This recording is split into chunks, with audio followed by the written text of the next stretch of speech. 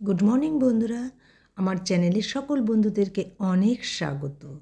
তা দেখো, আমি এখান থেকেই ব্লগটি শুরু করলাম তোমাদেরকে সাথে নিয়ে। আশা করছি ভিডিওটি তোমাদের ভালো লেগে থাকবে। ভালো লেগে থাকলে একটা লাইক কমেন্ট করে দিও। তা দেখলে আমার কয়েকটা গাঁদা ফুল গাছ লাগিয়েছি। খুব বেশি লাগাতে পারি না, যেহেতু মাটিও নেই বাড়িতে। আর কি লাগাবো বলো তো, এখানে প্রচণ্ড পরিমাণে হনুমান। দুটো জবা গাছ আছে, তাও ফুল পাই না আমি ঠিক মতন, যেহেতু বাড়ি থাকি না সব সময়। আর হনুমান একদম মুচড়ে খেয়ে নেয় গাছের ওপরে বসে। তা দেখো বন্ধুরা, আমি কিন্তু প্রথমে সিঁড়িটা একটু উঠেছি, তো যাই হোক সকালের কাজ অনেকটা করেও নিয়েছি। করে নিয়ে এখান থেকে আমি তোমাদের সাথে ব্লগটি আর কি শুরু করলাম। আর আমি কিন্তু একদম সাধারণ এক গৃহবধূ, জীবনযাপনও খুবই সাধারণভাবেই করি। সেটাই আমি তোমাদের সাথে কাজকর্মগুলো তুলে ধরি। বন্ধুরা, সব তো আর তোলা যায় না, যেহেতু সময়ের সাথে পেরে উঠি না কাজকর্ম। আর যদি তোমাদের এই যা তুলে ধরি সেগুলোও যদি তোমাদের ভালো লেগে থাকে, চ্যানেলটি একটু সাবস্ক্রাইব করে দিও, সেটুকু আমি অনুরোধ করলাম সকল বন্ধুদের। দেখো বন্ধুরা, আমার কিন্তু অনেকটা কাজ হয়ে গেল কথা বলতে বলতে। আর আমি প্রত্যেক দিনের একটা অভ্যেস, চালটাকে ভিজিয়ে রাখলাম। আর এখন আকাশে রোদ নেই, যার জন্য যখনই যেই ঘরে যাচ্ছি সেই ঘরে লাইটটা জ্বালাতে হচ্ছে। আর কখনো ভুলে গেলে লাইটটা অফ করতে আর কি ভুলেই যাই। আমি বাজার থেকে চলে এসেছি, বাজার করে নিয়ে এসেছি। দেখো আজকে কী কী বাজার করেছি সেটাই তোমাদের সাথে শেয়ার করব। যেহেতু আজকে বুধবার, পরের দিন আবার বৃহস্পতিবার আসছে, নিরামিষ। তাই আজকে একটু মাছ নিয়ে এসেছি, তার সাথে একটু কাঁচা বাজারও করে এনেছি।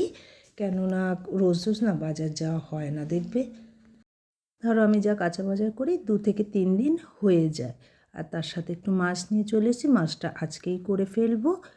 তা দেখো, এখানে একটু সবজিও কেটে নেব।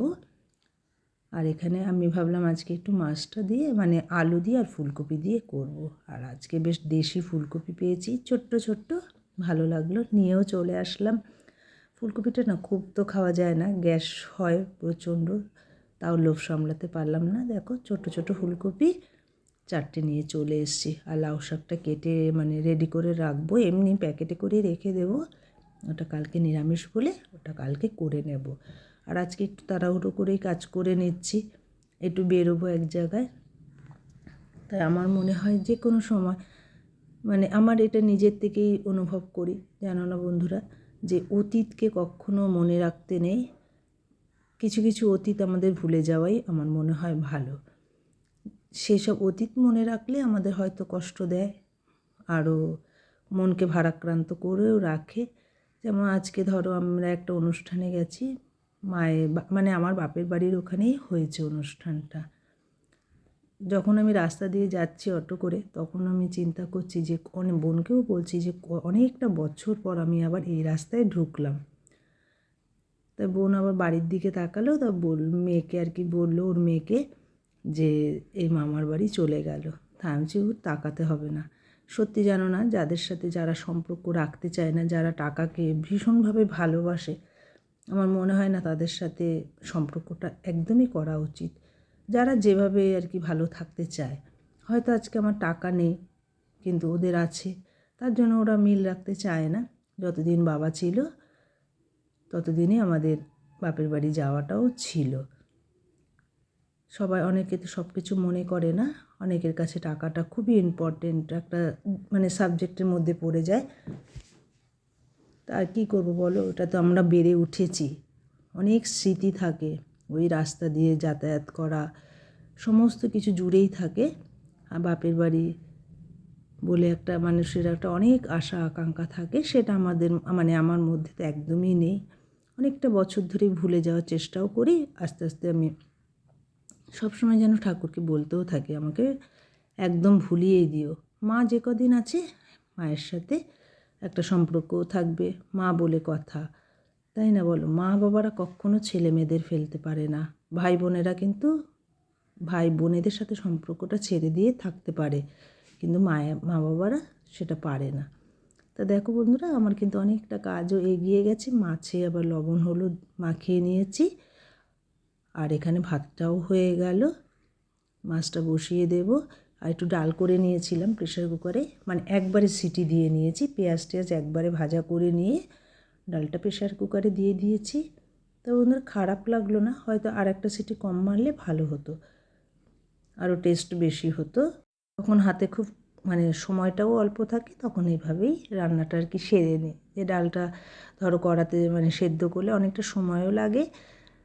যাই হোক, খেয়ে নেবো আজকের দিনটা এভাবেই। আর এখানে দেখো ফুলকপি আলু দিয়ে বসিয়ে দেবো মাছের ঝোলটা, আদা জিরা দিয়েছি। আর এই ফ্ল্যাক্সে সবসময় এই এত ঠান্ডার মধ্যে না একটু আমি গরম জল আগে থেকে করে রেখে দিই। দেখবে তরকারিতে একটু গরম জল দিলে তার টেস্টটাও বেশ আলাদা হয়। আর আমি বেশ মশলাটাও হাতে বেটে দিই, দেখবে হাতে বাটা মশলাটাও খেতে খুব ভালো লাগে। জিরের গুঁড়ো তো খেতেই পারি, কিন্তু জিরের পাউডারে অনেক কিছু মেশানোও থাকে, ওটা আবার এনেও রাখি আমি, যখন একটু তাড়াহুড়ো থাকে তখনই ওটা ব্যবহার করি। মাছের ঝোলটা নামিয়ে দেখো আমি একটু ভাত খেয়ে চলে এসেছি, রেডি হয়ে দোকানে বসে আছি, বড় আসবে। দেখো আমরা এখানে চলে এসেছি ঠাকুরের অনুষ্ঠানে, ভক্ত সম্মেলন হচ্ছে। কেননা আমি তো দূরে যাওয়া আমার একদমই সম্ভব না, সংসার ধর্ম করতে করতেই আমার জীবন চলে যাচ্ছে। আর দেখো কি সুন্দর সাজিয়েছে। এই যখন আমরা ঢুকেছি তখন আর কি লোক অল্প, পরে দেখলাম প্রচুর লোক এসছে।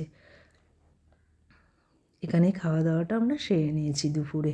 ওখানে গিয়ে অনেকের সাথে দেখা হলো, মামা ছিল, মাসি ছিল, তার মেয়ে ছিল, আমার ভাই যদিও ছিল, সে আর কথা বলে না আমাদের সাথে, সম্পর্ক রাখে না, তার সাথে আর কথাও বলিনি।